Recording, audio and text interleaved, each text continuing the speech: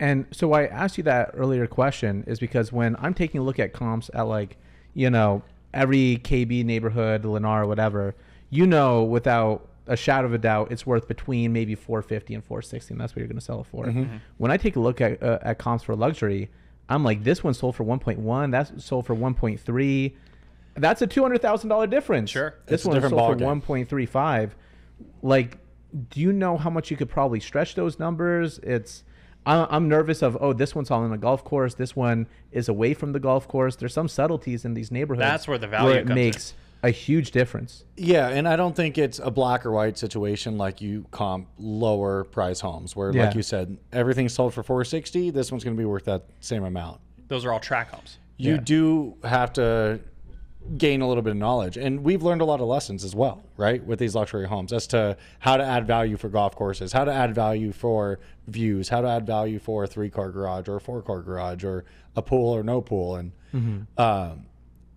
it's really individual in terms of properties. It's very hard to comp unless you're in a neighborhood like a master plan community where there are model match sales at that price point. Some of these ultra customs that we do, it's like we have one that's listed at $5 million right now with a city and strip view. To us, we think that view is worth $1 million, but there's not a price tag on that. It's really subjective. And that one, I mean, so I want to get right into that is because like you had a house for like 5.5 or $5 million That's on MLS, and I mean, all the finishes that are in that are super unique. Oh, yeah. It's really, really thought out. Yeah. Right? And then I'm sure that when you guys were doing 73 flips in a year, it was very cookie cutter. If you're doing a flip on the east side, you could just put any quartz in there. You know, sparkle gray, white cabinets. It doesn't matter what you do. Any flooring that you pick, it really doesn't matter because people are just going to buy it. They just want it new. Yeah. Yeah. As long as it's new, it's going to look better than your neighbors. Right. But at your price point, how do you even know? I mean, people are so much more picky about what quartz are being used, what tile. They know whether that's $1.50 a square foot laminate or whether it's a $3 or $4 square foot laminate.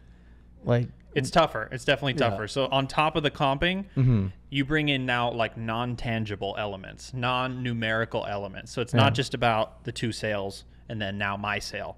It's about the sales and the numbers, but also the non-tangible stuff, the views, the golf course, the position on the golf course, the cul-de-sacs, the layout of the house, the layout, different things that don't exactly give you a dollar amount, but give you more or less desirability. And that's what we do with design too.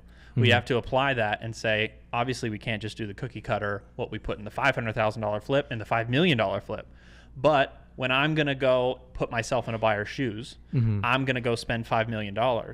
What are my options? What do those homes look like? Okay, I know I at least have to beat those or be comparable to those because that's my buyer. That's what they're shopping for. yeah. And on top of that, can I add a level of style to this house?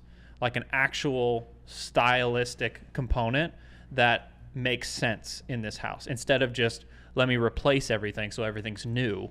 It's let me replace everything, but on top of that, everything has to be cohesive and within a style to create a look. Right, and you have to be careful with the style too, because our buyer pool, you're talking with 500,000 or under. The buyer pool's unlimited, right? There's so many buyers looking for 500,000 or less.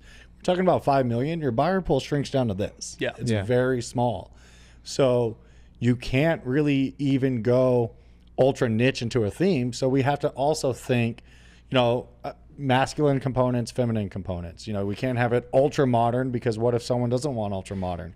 So you really have to be, open your mind up to the masses as well and say, well, we can't even pigeonhole or niche ourselves into a extreme design because that makes the buyer pool that's this big even smaller. Yeah. So we're constantly thinking about like how cohesive and how neutral can we make it, but also make it feel ultra elegant. Where do you get the knowledge for that? It's really just from looking around. So like, we are not designers. We've designed a lot of homes. Now. But you are. We have a lot of fantastic. We have a lot of Thank you. experience designing, but we don't have any credentials that literally just what people look for and say, oh, you have a certification of an interior designer. We don't have that, but we have a lot of experience. So when we, for example, that $5 million listing, when we looked to say, what are we going to do inside this house? We look for another house anywhere. Could be anywhere in the world. Pictures, videos, what we find that we go, that's going to look great in this house. Let's apply as much of that as possible to this house, just reshape it and fit it into this house and adopt that style. So a lot of times when we're designing custom homes, luxury homes, it's not all up in here, all brand new. It's, oh, I remember this cool listing I saw on the Summit. Look at these pictures. See how they did this? Let's do this kind of version in this house. There's some bold choices there too. Like I think you had black lowers with pine uppers or something like that. Maple uppers. And that's, you know, I think you guys started with a different cabinet and then you just tore it all out and went with another one. Yeah, we had to redo the cabinets, the wood, because we put Pine. an old pine or, you know, whatever it was in, maple or whatever it was in it. And we're like, okay, this looks like it's a 1990s cabinet. Take it down right now and rebuild all the boxes. Yeah. So, you know, we had to go through that a couple times to make sure it was right. We looked at maple. We looked at endangered African hardwoods. Like, Oh you my wouldn't God. believe the detail you get into when you're at that price level. Yeah. Right. And you have to be, you know, look, these are spec homes, right? These are investments. They're not mine.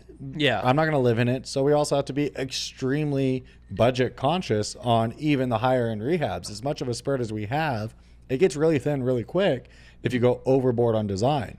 So we're also budget conscious the entire time. Yeah, and that's why, like, some people ask, Jay, do you hire an interior designer? No, because they're going to pick everything that's way too expensive. Right. Everything that I pick out, I like this countertop because it's this price. If my price was unlimited, I'd choose a different one. You know, you got black lowers, maple uppers, you know, I mean, that costs more money than white shaker. It does. Significantly. But what we do is when we find that inspiration house, the inspiration picture or video, we go try to match that with obviously the option that fits in the budget that is cheaper. So we might have seen a house as a reference that had this super crazy, really nice, expensive wood. But if we go and pick a maple, oh, that's within our budget. Or these lights are really spectacular. Let's find something that's as close as possible, but from Amazon or from Wayfair. And we do that on cheap homes too. Yeah. You know, that's what we do on the cheap homes. You know, we try to, when we flip homes, you've seen our product, we really try to make them feel like they're not a flip. Yeah. We don't want them to be stigmatized as the flipper house. We want them to feel like they're a designer house, even if they're low price point.